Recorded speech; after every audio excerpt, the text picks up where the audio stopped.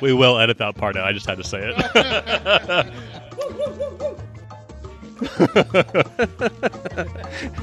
Oh, these guys are messing with me. We are going to deputize here this group of comrades on top of the rooftop in Havana. Repeat after me. I'm crazy about my wife. I'm crazy about my wife. I love my kids. And I want to kill it in business. So help me God. So here we are, 7 entrepreneurs on the rooftop of Havana, Cuba. It sounds like the start to a bad joke. But literally, for the last 4 nights, we have been spending deep time together talking through life and the juxtaposition of what we are seeing here. And this is an episode where we just want to give a small glimpse of what we have experienced here in Cuba. And so from a high-level perspective, yes, the trip was great, but we are just here to share a snapshot of our greatest memories and how it relates to the 3 core tenets here at EFM. And I will preface this whole podcast by saying we came from an amazing dinner, but I have to my left Roger Whitney. Many of you know him as the Retirement Answer Man. Roger, what has this trip to Cuba meant to you and the experience you've shared with us? Well, I already know what a lot of these people are going to say in the room, I think. So I want to start with just one that stuck with me, which is when you come to Cuba, it's a little intimidating, but it's a lot less so when you have your band of brothers like we have here.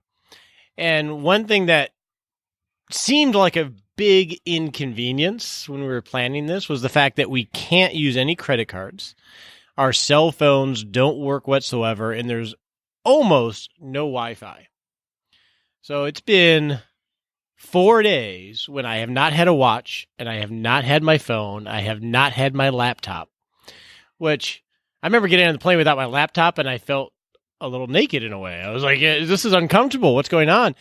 But it allowed me to really disconnect. I cannot remember the last time I had 4 days without any of those things, but it allowed me the space to not think about anything except you guys, the 7 of us here, which is, and that spurred the conversations that, I'm not going to say it's changed my life, but you guys already have done that, but it's just deepened those bonds. So it's that, so it's a weird thing, but it's the disconnectedness that allowed us to actually be connected. I'm curious, what's an example of you being disconnected and living in the moment here in Cuba? What did you see that was maybe something you wouldn't have seen had you been connected? Well, it's the little things, right? It's Jamie playing on the guitar and not being distracted. Because I remember when we went to this amazing bar where they had this band that was so giving, and Jamie got up there and played. Chris got up there and played the bongos. Chris McCluskey. I snapped my fingers like the guy in The Jerk. Normally, in situations like that, when you're in a restaurant and things are going on, and I'm not the musical one, so I wasn't necessarily included in the music, but I wasn't checking my phone. I was watching the joy in Chris's face in a way that I've never seen him before. That doesn't happen when you have your phone as a crutch. Or those random places when you're sitting on the corner waiting for somebody to come down the stairs.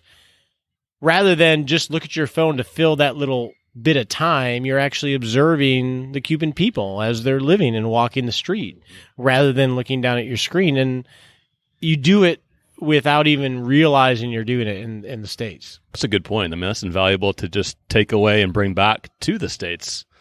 What if you put your cell phone in your pocket when you're in the line at the grocery store? Maybe said hello. Or you could just leave it in the Tampa airport. Then it's not even remotely a distraction. When I first thought of Cuba before coming here, I'm thinking, okay, politically, how different is it? Or the comforts of my regular everyday life, how different is that going to be? But now that I'm here and experiencing what it's like, all that kind of has gone out the window for me. I've played in the town square with little kids who didn't even speak the same language as me. I just had an amazing Frisbee match in this incredible courtyard after an amazing meal, wearing a Cuban hat similar to the one Fidel wore. God rest his soul. This is all in front of several people who are just observing us. And the police, some members of the military as well. And there was all of those thoughts, all of those previous thoughts that I had before coming to Cuba were completely gone in that moment. And I was just simply with them. I was living life in Havana, Cuba. I can't even put it into words right now, but it was such a remarkable, unique experience. I think before, if you've ever made a judgment or had a thought about another place but haven't been there yet, just hold on to that one for a while until you've actually showed up and connected with the people. The Cuban people are some of the most caring, approachable people I've ever met. I love that. It's been awesome to see you play with some of the kids in these courtyards. That was just one of actually many. We almost twist our ankles together at another courtyard, hopping on, I don't know what those were called, but they're to stop the revolution. There's just little concrete balls, so, any old Jamoke can't drive his truck in there and cause a revolution. So really the genesis of this trip points to a man that we all know and love, Dan Miller. Dan is author to 48 Days to the Work You Love and the podcast with the same name and many other great books. We've enjoyed your company and your perspective. Dan, what have been some of the highlights and perspective of this trip to Cuba for you? One of the things that I was most excited about exploring ties right into the theme of your podcast. That is the entrepreneurial spirit. Is that fostered because circumstances are right, because conditions are right, or is it an inevitable part of the human spirit? Well, here we're in a culture that doesn't embrace it, doesn't foster it. It provides basic needs so people can choose to do nothing, and yet we are seeing all around us the entrepreneurial spirit just exploding. Guys that save everything to buy a little tricycle that they call a taxi so they can haul people in it or move up to a car. Every door we pass is open and somebody has some kind of product that they're selling in there. And it's just been marvelous to watch that, to see these people who have pretty oppressive conditions, and yet they're saying, you know what, I can do something to rise above this. Even if there is a ceiling to what I can do, at least I can do something to better my situation and nurture that entrepreneurial spirit that I can do something creative. That's been just amazing to watch and really marvelous to watch, from little kids to old people who are doing things that really embrace that entrepreneurial spirit. I love that, Dan. I love some of the conversations we've had around that. You have such a footprint and such an impact on so many people's lives in the U.S. and seeing their entrepreneurial spirit from a job maybe they hate to then launching out. So some of the conversations we've had with taxi drivers, with those in a restaurant, with the waiters, waitresses, what you've observed, what do you anticipate for Cuba in the next 5-10 years?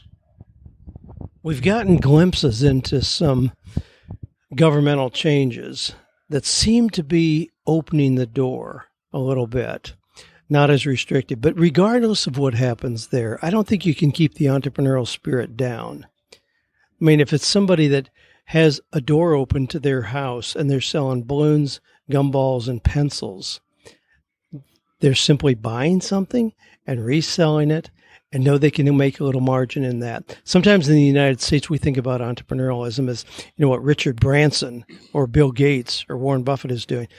Boy, it comes all the way down to the kid with the lemonade stand or the person in Cuba who's saying, you know what, I can add $10 a month to my income by doing something creative. So I don't think you can keep that spirit down. I'm really optimistic that regardless of what happens with the government, and we know things are changing there, but regardless of what happens there, I think we're going to continue to see a surge of ideas. We have stories that are just endless about the taxi cab drivers that we've met, the guys who have these old cars and what they're doing with that, the people that we've met in restaurants and hotels or on the street. They all are experimenting with ideas. I just am confident and hopeful that you can't suppress that. No matter what the culture and what the conditions, those things are going to burst through and give new hope, encouragement, and opportunity to people. That's powerful. I think we would all agree with that. And the hope and the optimism and the positivity, I'm going to turn it to Jamie Slingerland, Mr. Positivity in this group on our podcast. And really, if Dan is the genesis, Jamie is the author of this trip happening and the invitation to each of us to make this happen. So, Jamie Slingerland, what has been a highlight that you can share with us about this trip to Cuba? To be here with a group of guys that I love and respect. Dan, Roger, and Chris McCluskey have been mentors to me. Mark Ross has walked life with me as my personal coach for the last year and a half. Just to be brought into a band of brothers and to live life and be authentic, I think that's really special.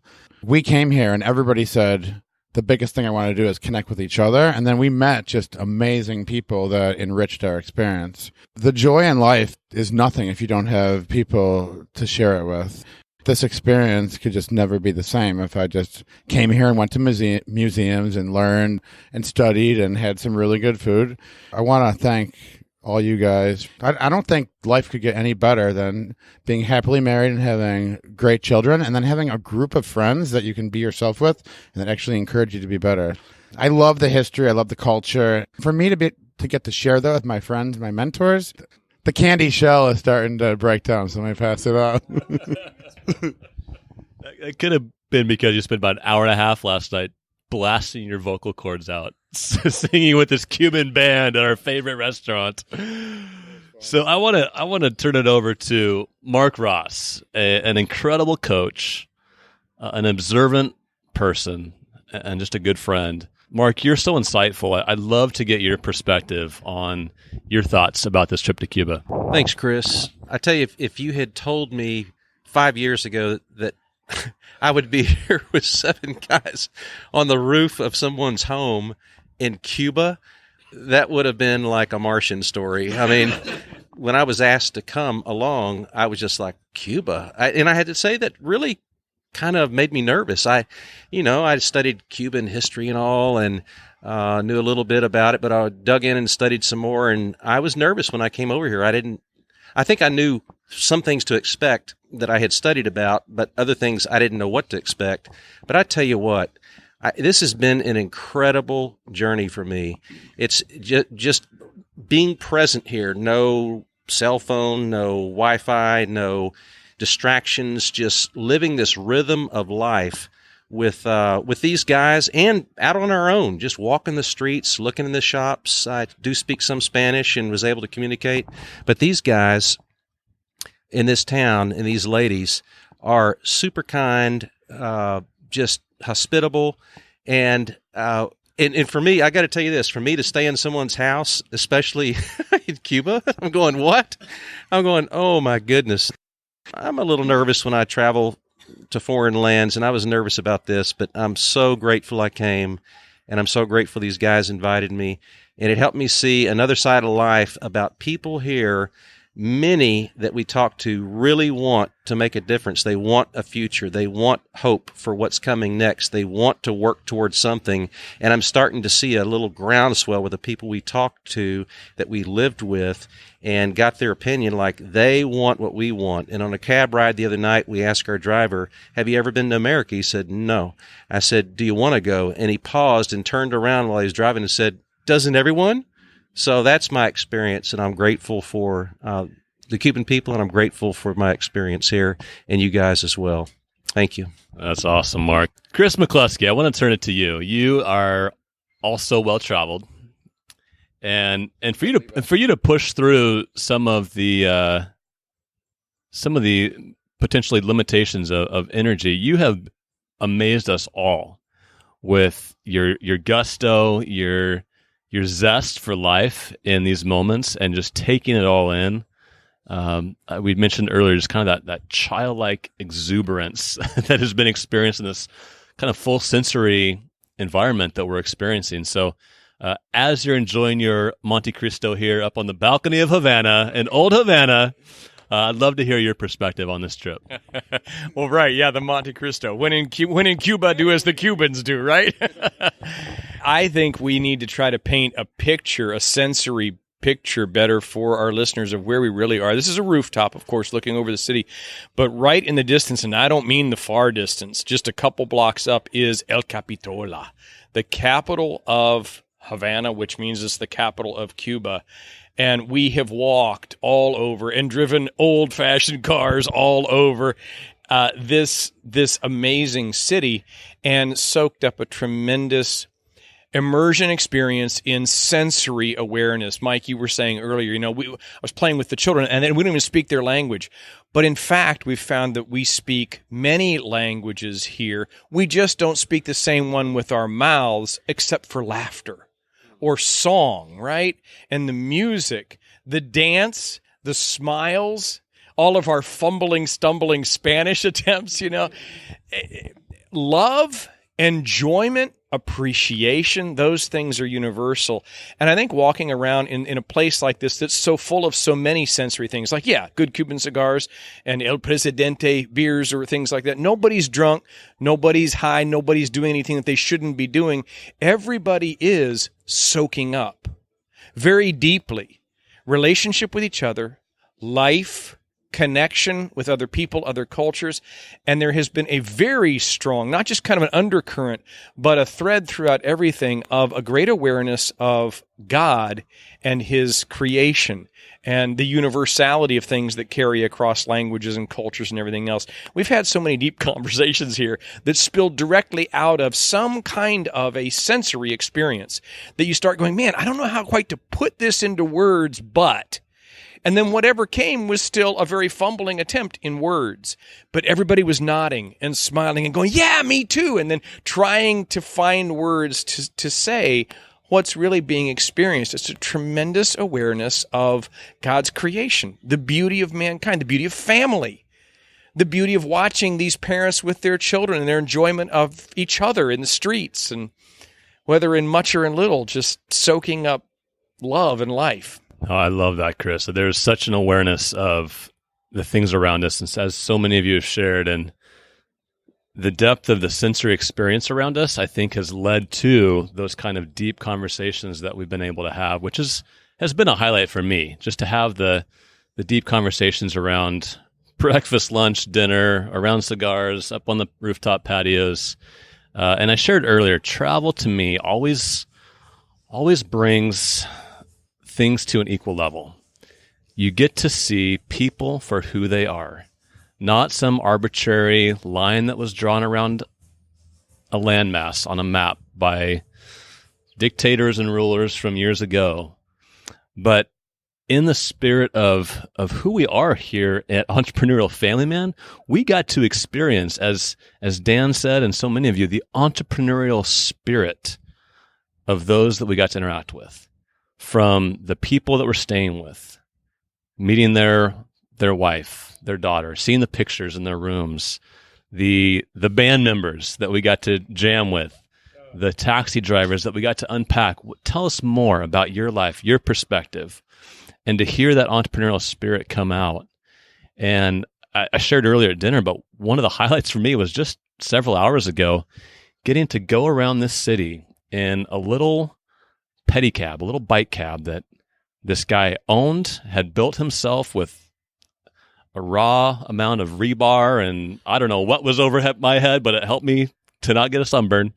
But to see his entrepreneurial spirit, and I got to sit there in the back seat of this 2-seater with his little son, Frankie. And I said, this is an entrepreneurial family man. And Chris, you mentioned it earlier. This capital behind us that we get to see right now, notice it. It's under construction. This country is under construction.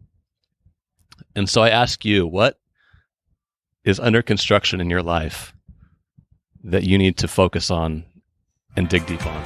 Thank you for listening to the Entrepreneurial Family Man podcast. Visit efmlife.com to connect with us and others like you who are pursuing success in enterprise, family, and marriage.